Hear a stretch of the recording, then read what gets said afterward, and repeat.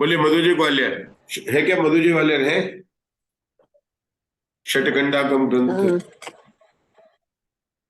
षटखंडागम ग्रंथ को नित्य करो स्वाध्याय,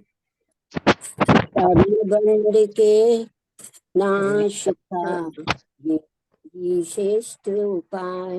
हाँ अशोका जी, ये करिए अशोका जी, मंगलाचरण त्रिभुवन।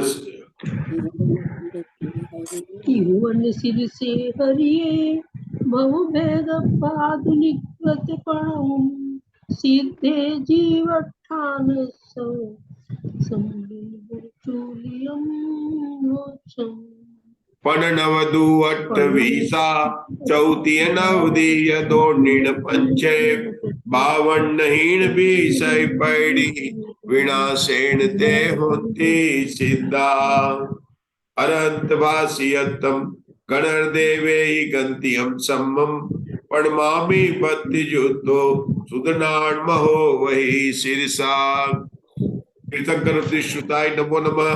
रत्नत्रय धारक आचार्य उपाध्याय साधु परमेष्टिभ्यो नमो नमः। आचार्य दर्शन से उपदेश प्राप्त कर दरवाहन और सुबुद्धि मुनिराज ने षटखंडागम ग्रंथ की रचना की। षटखंडागम के प्रथम 5 खंडों पर आचार्य वीरसेन द्वारा विरचित धवला टीका, जो मूल सूत्रों के साथ 16 पुस्तकों में प्रकाशित हुई है, उसमें से हमारे यहाँ पर प्रथम खंड की 6ठी पुस्तक जीवस्थान चूलिका का स्वाध्याय चल रहा है। जीवस्थान चूलिका में 9 चूलिकाएं हैं। प्रकृति समुद्र कीर्तन, स्थान समुद्र कीर्तन, 3 महादंडक, इनके होने के बाद में हमारी 6ठी चूलिका जिसका नाम है उत्कर्ष स्थिति बंध, उसकी यहाँ पर बात चल रही है। यह जीव हर समय एक समय प्रबंध को मानता है। आचार्य ने उसकी निश्चय रचना को बताने के लिए कर्म परमाणु की संख्या को 63 मान लिया था। फिर बताया था कि 63 परमाणु किस प्रकार से इनकी जो है समदृष्टि बनती है, जो हम अशोका जी 154 पेज पर हम उसका स्वाध्याय कर रहे थे। सभी लोग प्रश्न नंबर 154 निकाल लीजिए और देखिए। कल अपने इस टेबल को देखा था, उसी से चर्चा को आगे बढ़ाते हैं कि ये जो 8 लिखा है यहाँ पर, ये गुणानी आयाम है और एक एक गुणानी में प्रथम गुणानी, दूसरी गुणानी, तीसरी गुणानी, चौथे गुणानी, पंचम गुणानी और 6ठी गुणानी और 8 निश्चय को कहते हैं आयाम। मान लीजिए प्रथम गुणानी दे तो उसका पहला निश्चय के 512, फिर उसने 6 घटाए 32, 480, इस प्रकार से घटाकर यहां पर आए और जब ये 8वें निश्चय 32 घटाए तो 256 आ गया। तो जहां पहले निश्चय का द्रव्य आधा हो जाता है तो गुणादि बदल जाती है। 512 से दूसरी गुणादि का पहला द्रव्य 256, तीसरे का 128, चौथी का कितना होगा मधु जी? 64, 32 और 16। ठीक है अशोका जी, इस तरह से इन्होंने से निकाल कर पूरी टेबल हमने समझ ली थी। अब पढ़िए अशोका जी। यह समदृष्टि, यह समदृष्टि आबादा काल से हीन कर्म स्थिति की है। हाँ शंका, यह समदृष्टि समस्त कर्म स्थिति की क्यों नहीं है? क्या प्रश्न हुआ राजेश भैया? राजेश भैया प्रश्न कैसे हुआ कि ये जो ऊपर टेबल देखी थी, आचार्य लिखता कि ये समदृष्टि आबादी काल से हटाकर कर्म स्थिति की है। तो शंकाकार बोलती है समदृष्टि समस्त कर्म बंध की, समस्त कर्म स्थिति की क्यों नहीं है? समस्त कर्म स्थिति मतलब कितना? उसने 64 समय का बांधा और यहाँ पर 8 तो ये और 6 गुणानी, तो 48 समय के निषेक बता रहे हैं। तो प्रश्न क्या पूछा जा रहा है कि पूरे कर्म स्थिति 48 समय की क्यों नहीं है? उत्तर देखिए, पढ़िए। समाधान नहीं। हाँ जी, समाधान नहीं, क्योंकि आबादा काल के भीतर प्रदेशों की निषेक रचना का अभाव होता है तथा ऐसा मानने पर अंतिम गुणहानि का अध्वान 3000 वर्षों से कम भी नहीं होता है, क्योंकि नाना गुणहानि शलाकाओं से आबाधा रहित कर्म स्थिति के अपवर्तित करने पर एक गुणहानि के आयाम अर्थात काल का प्रमाण प्राप्त होता है। हाँ, वो कहते हैं कि हमारी आबादी तो 3000 वर्ष की है और ये तो 48 समय की है। ठीक है ना? बहुत मतलब आबादा बहुत बड़ी है, 3000 वर्ष की जो बताई थी उन्होंने। तो 48 निश्चय की अपन ने रचना इसके अंदर बता के रखी है। वो बोला निकाला कैसे हमने कि कर्म स्थिति कितनी थी, जो निश्चय के 48 है और उसमें 8 का भाग दिया तो 6 गुणानी आ गई। 6 गुणानी कैसे आई? क्या हमारे जो 48 था 64 में भाग नहीं दिया, उन्होंने क्या कहा 64 उदाहरण दिया। टीकाकार निषेक संदर्शी निम्न प्रकार से बताया कैसे। उत्कर्ष 64 मानी थी, आबादा 16 मानी थी, तो निषेक स्थिति कितनी मानी 64 माइनस 16 48 समय, और उसका जो है और सब समय प्रबंध में पुद्गल परमाणु की संख्या 6300। यही मान के सारी अपन संदर्शी बना रहे हैं। एक बात हमने और देखा था कि 48 को अगर गुणानी आयाम से भाग देंगे तो 6 गुणानी आता है, और 6 गुणानी को भाग देंगे तो 1 गुणानी का आयाम 48 आता है। इतनी बात समझ में आई तो आगे बढ़ते हैं। ये अपन चर्चा पढ़ी, आगे पढ़ी है अब। हाँ जी, विशेषार्थ। यहाँ टीकाकार द्वारा दी हुई निषेकों की संदृष्टि निम्न कल्पनाओं के आधार से की गई है। उत्कृष्ट स्थिति 64 समय, आपादा 16 समय, निषेक की स्थिति 64 में से 16 को घटाकर 48 समय, समय प्रबंध में पुद्गल परमाणुओं की संख्या 6300 तथा निषेक स्थिति का कर्म स्थिति से एकत्व असिद्ध भी नहीं है, क्योंकि निषेक के अधिकार में निषेक स्थिति में ही कर्म स्थिति का व्यवहार देखा जाता है। तो हमारी बात ही चल रही है, एक मिनट, हमारी बात क्या चल रही है, निषेक स्थिति। तो निषेक स्थिति कहते हैं उसमें कि जिसमें कि निषेक बने हो और उसमें कर्म परमाणु हो। आबादा काल में तो निषेक ही नहीं है, हम निषेक स्थिति बता रहे हैं। तो कर्म स्थिति किसमें बनेगी कि निषेक में बनेगी। अर्थात आगे बढ़ी। अथवा मतलब यहाँ पर यही कहा कि आबादा काल के अंदर तो कर्म बंधे ही नहीं है, तो फिर उनको कैसे ले लें। अथवा बढ़िया है। कर्म प्रदेश जिसमें ठहरते हैं। इस प्रकार स्थिति शब्द की व्युत्पत्ति के अवलंबन करने से भी निषेक स्थिति को कर्म स्थिति कहना बन जाता है। अतएव नाना गुणानी शलाकाओं से कर्म स्थिति के अपवर्तित करने पर एक गुणहानि का अध्वान अर्थात आयाम आता है। इस प्रकार पूर्वाचार्यों का व्याख्यान है, वह भी विरोध को नहीं प्राप्त होता है। रुकेंगे, क्या बोला, नाना गुणानी आयाम। नाना गुणानी शलाका तो अपनी हो गई 6, और कर्म स्थिति के जो है करने पर एक गुणानी का आयाम कितना है 8। ठीक है, तो ये बराबर उन्होंने बता देगा 48 जो तीनों बता रहे थे। नाना गुणानी की शलाका कितनी मानी है अपन ने 6 नाना गुणानी है, और कर्म एक गुणानी कितना है 8। 8 से 48 निश्चय हो जाएंगे, और इन्हीं को स्थिति की बात यहाँ पर बताई गई है। अब मधु जी ग्वालियर पढ़िए शंका। शंका मधु जी ग्वालियर पढ़ रही है। आगे की शंका संपूर्ण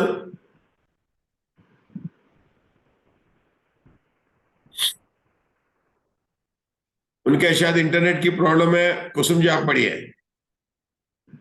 कुसुम जी पढ़िए, इंटरनेट की प्रॉब्लम चल रही है, बाद में पढ़ो शंका। संपूर्ण कर्म स्थिति को नाना गुणहानि शलाकाओं से अपवर्तित करने पर एक गुणहानि का आयाम आता है, ऐसा क्यों नहीं ग्रहण करते। हाँ, उन्होंने संपूर्ण कर्म स्थिति मतलब कितने 64 लेने की बात कर रहा है। मतलब आप 64 को लेकर क्यों नहीं करते, ये बात वो बोल रहा है। 48 को लेकर क्यों बना रहे हो। समाधान पढ़िए कुसुम जी। नहीं, क्योंकि फल देने की अपेक्षा निषेक स्थितियों में अविद्यमान 3000 वर्षों का मध्यम राशि में अर्थात भज्यमान राशि में प्रवेश नहीं हो सकता। इसलिए निषेक स्थिति को ही कर्म स्थिति ऐसा स्वीकार कर एक गुणहानि का आयाम सिद्ध करना चाहिए।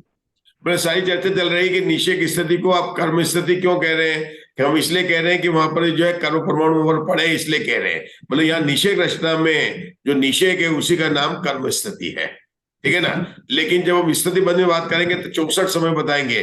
ज्ञानारण्य की बात करेंगे तो 30,000 कोड़ा कोड़े सागर जो भी बताएंगे वही बताएंगे। तो लेकिन निषेक रचना की बात कर रहे हैं, क्यों नहीं बात 48 की बात कर रहे हैं, 16 की क्यों नहीं बात कर रहे हैं, कि हम निषेक की बात करें ना। 48 जो 16 समय में निषेक है ही कहाँ है, इसी बात को विशेषार्थ में समझा रहे हैं। पढ़ना जरा आगे, कुसुम जी पढ़ो आगे। यहाँ विशेषार्थ, यहाँ सूत्रकार ने निषेकों के स्थिति भेदों को उत्पन्न करने के पहले निषेक स्थिति का निर्णय किया है कि उत्कृष्ट स्थिति में से आबादा काल को घटा देने पर निषेक स्थिति शेष रह जाती है। निषेक उच्चत स्थिति में हाँ, से अबाधा देखो, काल को जो बता अपन ने देने समझा है ना उसी को फिर समझा रहे हैं। जो समझा है क्या बोला, निषेक की स्थिति को भेद उत्पन्न, सबसे पहले क्या, पहले निषेक स्थिति का निर्णय किया। निषेक स्थिति किसे कहते, कैसे किया, उत्कर्ष स्थिति कितनी थी, 64 समय, उसमें से आबादा काल को कम किया, कितना कम किया, 16 किया, तो निषेक स्थिति कितनी आ गई, 48 रह जाती है। वही बात उन्होंने फिर से रिप्लेस किया, उत्कृष्ट स्थिति 64 में से अबाधा काल 16 घटा देने पर निषेक स्थिति 48 रह जाती है। आगे बढ़िए, इस निषेक काल में पढ़िए, इस निषेक काल में धवलाकार ने गुणहानियों आदि के द्वारा निषेक स्थितियों का निर्णय किया है। यहाँ प्रश्न ये उत्पन्न होता है कि दूसरे आचार्यों ने तो कर्म स्थिति और निषेक स्थिति का भेद न करके कर्म स्थिति में ही नाना गुणानियों का भाग देकर गुणानी आयाम उत्पन्न करने का उपदेश दिया है। ये क्या चाहता है, वो शंका करके मतलब क्या चाहते हैं यहाँ पर कि आप 48 में मतलब उसका भाग दे रहे हो, 6 का भाग दे रहे हो, वो गुणानी आयाम 8 निकाल रहे हो। वो चाहता है कि 64 में 6 का भाग देकर आप गुणानी आयाम निकालो। आचार्य कहने वाले हैं कि वहां निषेक ही नहीं है, तो हम 64 कैसे ले सकते हैं, जहां पर निषेक है वहीं तुम गुणानी का आयाम निकालेंगे, इसलिए 48 में 6 का भाग देकर 8 गुणानी का आयाम निकालेंगे। इसी बात को वो शब्दों में बता रहे हैं। बताइए, पढ़िए। अतः यह प्रश्न ये उत्पन्न होता है कि दूसरे आचार्यों ने तो कर्म स्थिति और निषेक स्थिति का भेद न करके कर्म स्थिति में ही नाना गुणानियों का भाग देकर गुणानी आयाम उत्पन्न करने का उपदेश दिया है। अतएव प्रस्तुत उपदेश का उक्त व्याख्यान से विरोध उत्पन्न होता है। इसका समाधान धवलाकार ने इस प्रकार किया है कि पूर्व आचार्यों का भी वहाँ कर्म स्थिति से अभिप्राय इसी निषेक काल से रहा है, क्योंकि निषेक अधिकार में निषेक स्थिति के लिए ही कर्म स्थिति शब्द का व्यवहार देखा जाता है। अबाधा काल को पृथक किए बिना कर्म स्थिति में नाना गुणानियों का भाग तो दिया ही नहीं जा सकता, क्योंकि अबाधा काल में तो निषेक रचना होती ही नहीं है और इसलिए उस काल को शामिल करने की कोई सार्थकता नहीं। इस प्रकार पूर्वाचार्यों के उपदेश से भी कोई विरोध नहीं आता और निषेक रचना के गणित में भी कोई बाधा उत्पन्न नहीं होती। रुकेंगे अब अभी आगे का यह एक विषय समाप्त हो जाता है, नेक्स्ट पेज पर आ रहे हैं।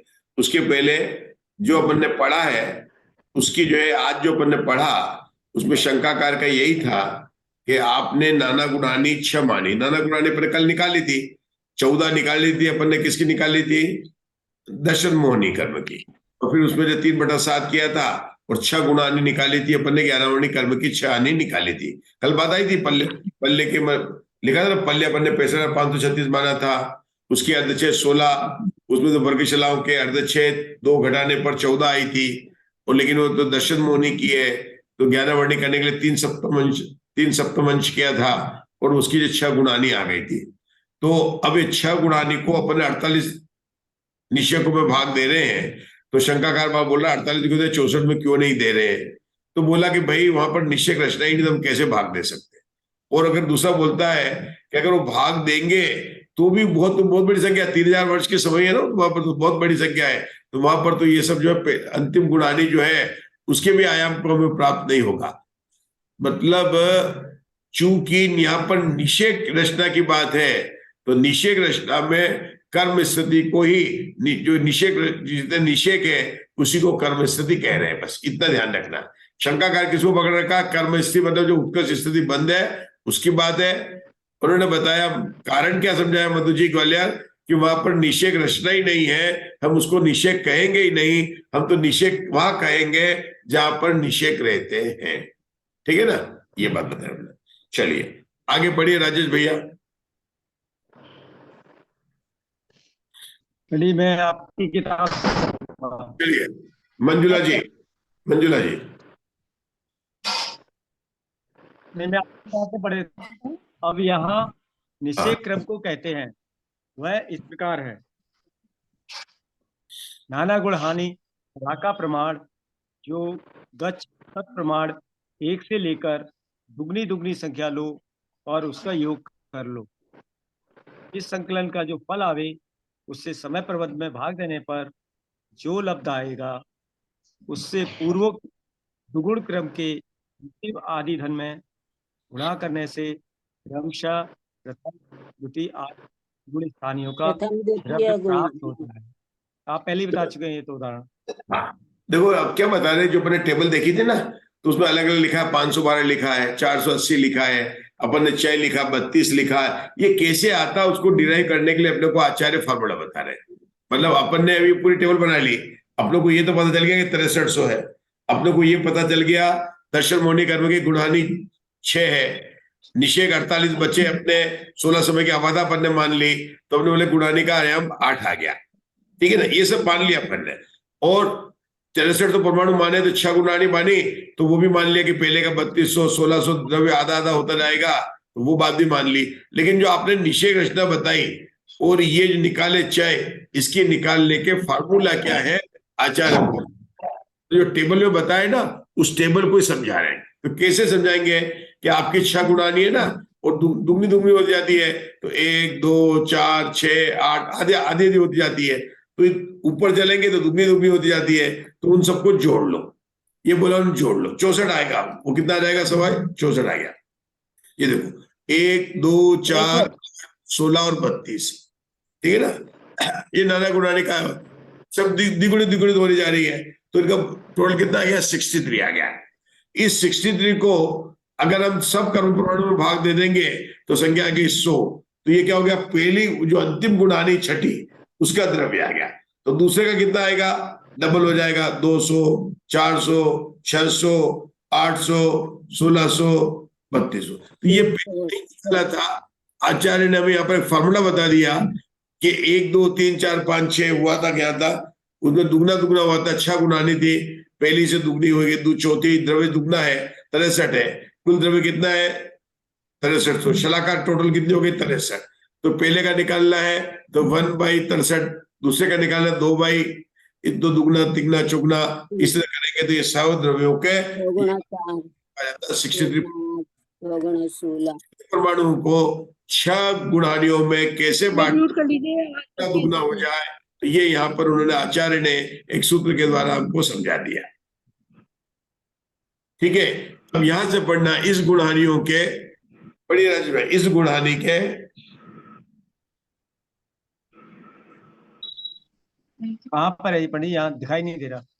हाँ, ठीक है। इन गुणहानियों के द्रव्यों में से किसी भी एक गुणहानि संबंधी द्रव्य में गुणहानि प्रमाण आयाम के त्रिचतुर्थांश में एक रूप का चतुर्भाग और मिलाकर उसका भाग देने पर विवक्षित गुणहानि का प्रथम निषेक होता है। ये नया फार्मूला आ गया, एक फार्मूला बता रहे आचार्य। ये जो अपन ने तो घटा घटा के कर लिए, 512 कर लिए, आचार्य उसको फार्मूले से निकाल कर बता रहे हैं। जो अपन ने टेबल देखी थी, मतलब हर एक चीज को निकाल कर बताएंगे। अब हमें क्या निकालना है? पहला निषेक 512 है, ये कैसे आया ये निकाल के बता रहे हैं। पहला निषेक कितना? 512 है, वो कैसे आया, है ना। दूसरी गुणहानि का पहला निषेक 256 है, वो कैसे आया, उसका निकालने का बहुत बढ़िया फार्मूला बता रहे हैं। याद नहीं रहे यार कैसे किया, बता रहा हूं मैं। गुणहानि आयाम कितना था? 8, उसको न 3 चतुर्थांश से गुणा कर दिया, तो 4 दूनी 8 हो गया, तो 6 उत्तर आ गया। उस 6 में 1/4 जोड़ दो तो 25/4 आ जाएगा। 25/4 को उल्टा करके इसको भाग दे दो, 3200 में भाग दो, पहले गुणक 32 है देंगे तो 512 आ जाएगा। लेकिन अगर 1600 में भाग देंगे 256 आ जाएगा, 800 भाग देंगे तो 36 आ जाएगा, 400 भाग देंगे तो 64 आ जाएगा। जो कि हर एक गुणाने का पहला पहला निषेध आ गया। एक छोटा सा फार्मूला बना दिया उन्होंने, याद नहीं रहेगा, लेकिन उन्होंने क्या लिया है? गुणाने का आयाम 8 था, उसको 3/4 से गुणा किया, 6 आ गया, 6 में चतुर्थांश जोड़ दिया, फार्मूला करंट सूत्र। देखो जो आजकल अपन इक्वेशन से सॉल्व करते हैं, पुराने जमाने में ऐसी गाथाएं थी कि ऐसी ऐसी गाथा को पढ़ो और आपके स्लाइड रूल का, कैलकुलेटर का काम हो जाता। उनको 512 निकालना है, तो उन्होंने निकाला कि गुण आने आयम का 3/4 करो और उसमें 1/4 जोड़ दो, तुमको आ जाएगा। ऐसे कर करके जो है उन्होंने सब जगह कर करके बता दिया। जो उत्तर आए उसको उस गुणहानि के द्रव्य से भाग दो। पहली गुणहानि का द्रव्य उसको दो 3200, दूसरे कितना 1600, 800, तो तुम्हें उस गुणहानि के पहले पहले के वो आ जाएंगे, निषेक आ गए। टेबल तैयार कर रहे हैं आगे। चलिए अब ये यहां तक तो पढ़ लिया। आशा बहन का नंबर आ गया पढ़ने का। पहले निषेक हो गया मेरा चला गया। प्रत्येक, बड़ी आशा बहन, प्रत्येक गुणहानि के प्रथम निषेक, प्रत्येक गुण हानि के प्रथम निषेक में 2 गुण हानियों का भाग देने से उस गुण हानि का गोपुच्छ का विशेष चय प्रमाण आता है। चय किसे कहते हैं आशा बहन? हाँ, वो घटा था ना, घटे। जैसे पहला निषेक 512 था तो 32 घटाया तो चय कितना हो गया 32, तो 480 आया। फिर 32 घटाया तो 448 आ गया। ऐसे घटाते गए थे। कब तक घटाते? 256 नहीं आया। 256 आए तो उन्होंने आधा चय कर दिया, 16 कर दिया। तो उन्होंने कहा 32 कैसे निकाला? तो उन्होंने कहा बहुत सरल है। हमने पहले परसों दिन उन्होंने बताया था निषेक भागाकार क्या होता है। दो गुणानी निषेक भागाकार होता है। गुणानी कितनी है हमारी? 8 दूनी 16, तो 16 को 512 में भाग दोगे तो 32 आएगा। देखना मंजूरी जी आता कि नहीं आता है? 2 गुणानी का भाग 512 में 2, 1 गुणानी 8 है, 2 का हो जाएगा 16, 512 में 16 देखो कितना आया ममता जी दोषी? 32 आ गया। तो इन्होंने आचार्य ने हमें 2 फार्मूले बता दिया। एक फार्मूला 512 निकालने का, एक फार्मूला बता दिया चय का। 2 फार्मूले बताए। क्या कहा जयश्री साहब? कितने फार्मूले बताए? 2 फार्मूले बताए। पहले टेबल बना दी, फिर बताया उन्होंने कि कैसे फार्मूला निकालना, 512 कैसे निकालना, वो भी बता दिया उन्होंने। ठीक है ना? 512 कैसे निकालना कि गुणानी आयाम को 3/4 से गुणा करके उसमें 1/4 जोड़ देना, आ जाएगा, है ना? अब 512 आ गया तो चय कैसे आएगा कि उसमें निषेक भागाकार का भाग दे देना। ये तो सरल सरल फार्मूला है। हमको तो टेबल वहीं पर समझ में आ गई थी। आचार्य ने उन्होंने बताया कि फार्मूला कैसे तैयार किया शबन, वो उन्होंने बता दिया। अब देखो इसी को एक बार गणित करके उदाहरण में पढ़ो, आप सब क्लियर हो जाएगा। उदाहरण 2 गुण हानि निषेक हार बराबर 8 मल्टीप्लाई बाई 2, 8 मल्टीप्लाई बाई 2 बराबर 16। अतः प्रत्येक गुण 8 कहां से लिया है? ये 8 गुण हानि आयाम था, वो अपने 8 गुणानी आयाम था, बहुत बढ़िया। और 2 से उसको गुणा कर दुगना कर दिया, तो दुगना कर दिया तो 16 निषेक भागाकार आ गया। इन्होंने निषेक हार लिखा, निषेक भागाकार बोलते हैं उसको। ठीक है। अतः प्रत्येक गुणानी का द्रव्य कैसे निकाला? पहले अंतिम निषेक 512 था, 32 से 16 से भाग दे दिया, फिर 256 को भाग दे दिया, निषेक आ गए। आगे कि नहीं आ गए? अब विशेष 128 को दे दिया, सबको दे दिया, 64 को दे दिया, सबको दे दिया, आ जाएगा आपका। ठीक है। चलिए अब विशेषात पढ़ो तो और क्लियर। गो की पूंछ मूल में, पूछ गाय की पूंछ में रहने में, मूल में विस्तीर्ण और क्रमशः नीचे की ओर संक्षिप्त होती है। हाँ, कल आप लोग गाय को देखना, आचार्य बता रहे गाय की पूंछ कैसी होती है। धवला में यहाँ पर समझाया जा रहा है कि गाय की पूंछ कैसे होती है। क्या होती है? मुख में चौड़ी होती है और कल से नीचे को पतली पतली पतली हो जाती है। जब कल दिखाई दे गाय, देखना ध्यान से, उसकी पूंछ को पकड़ना मत, देखना। ठीक है। अतः जहाँ किसी संख्या समुदाय में संख्याएं उत्तरोत्तर घटती हुई पाई जाती हैं, तहाँ उन संख्याओं को उपमान का उपमेय में उपचार से गोपुच्छ कहते हैं।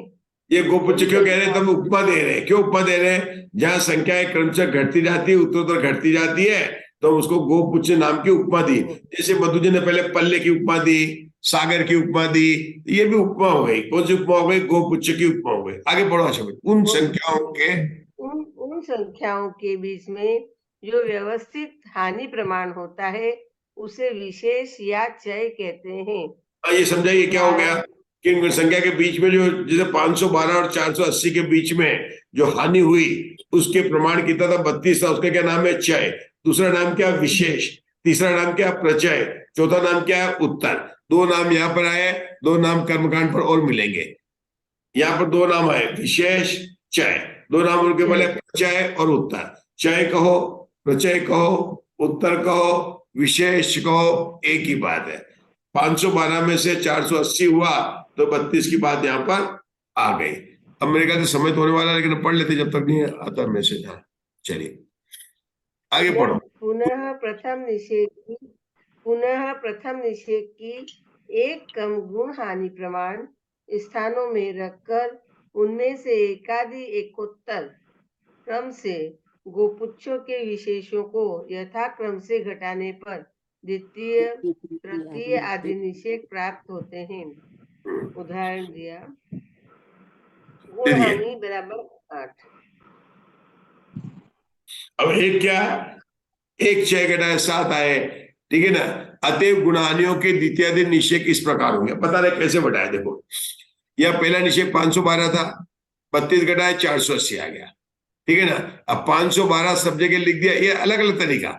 अपन 480 में से 32 घटा रहे थे, दूसरा निषेध निकालने के लिए 448 आ रहा था, आचार्य ने 64 घटा दिए।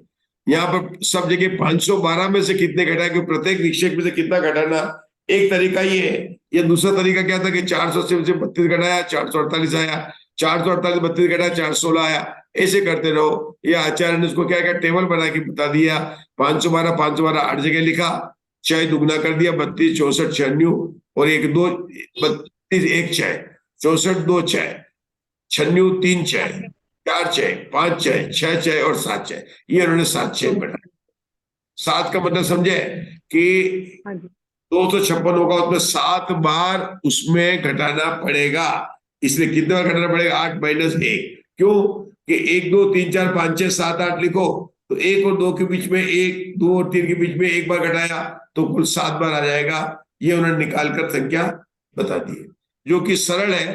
आचार्य ने थोड़ा उसको टेबल बना के बता दिया। ये उसने दूसरे 56 की बताई, 128 की बताई, 4 की बताई, सबके बताने के बाद में हम यहाँ पर आगे आश्रम नेक्स्ट पेज में ये जो बताया, ये बताते कि आपको इतना करने की जरूरत नहीं है। हमारे आचार्यों के पास में गाथा भी थी, तो वो लिख रहे हैं पेज नंबर 1, इस विषय का उपयोगी गणित सूत्र है। क्या गणित सूत्र है, क्या लिखा ऊपर गाथा 1, पढ़िए आश्रम ऊपर गाथा। प्रक्षेपक संक्षेपण विभक्ते यद्धदनं समुपलब्धं प्रक्षेपास्तेन गुणा प्रक्षेप समानी खंडानी। अभी आप लोग सही पढ़ने लगे, थोड़ा इसको मुग्धा जी की तरह जाइए। प्रक्षेपास्तेन गुणा, उसको खींचो उसको, है ना। प्रक्षेप समानी खंडानी। पढ़िए मुग्धा जी, पढ़िए। मधु जी पढ़ रहे हैं, मुग्धा जी मधु जी पढ़ रहे हैं। पढ़ो मधु जी, गाथा पढ़िए मधु जी।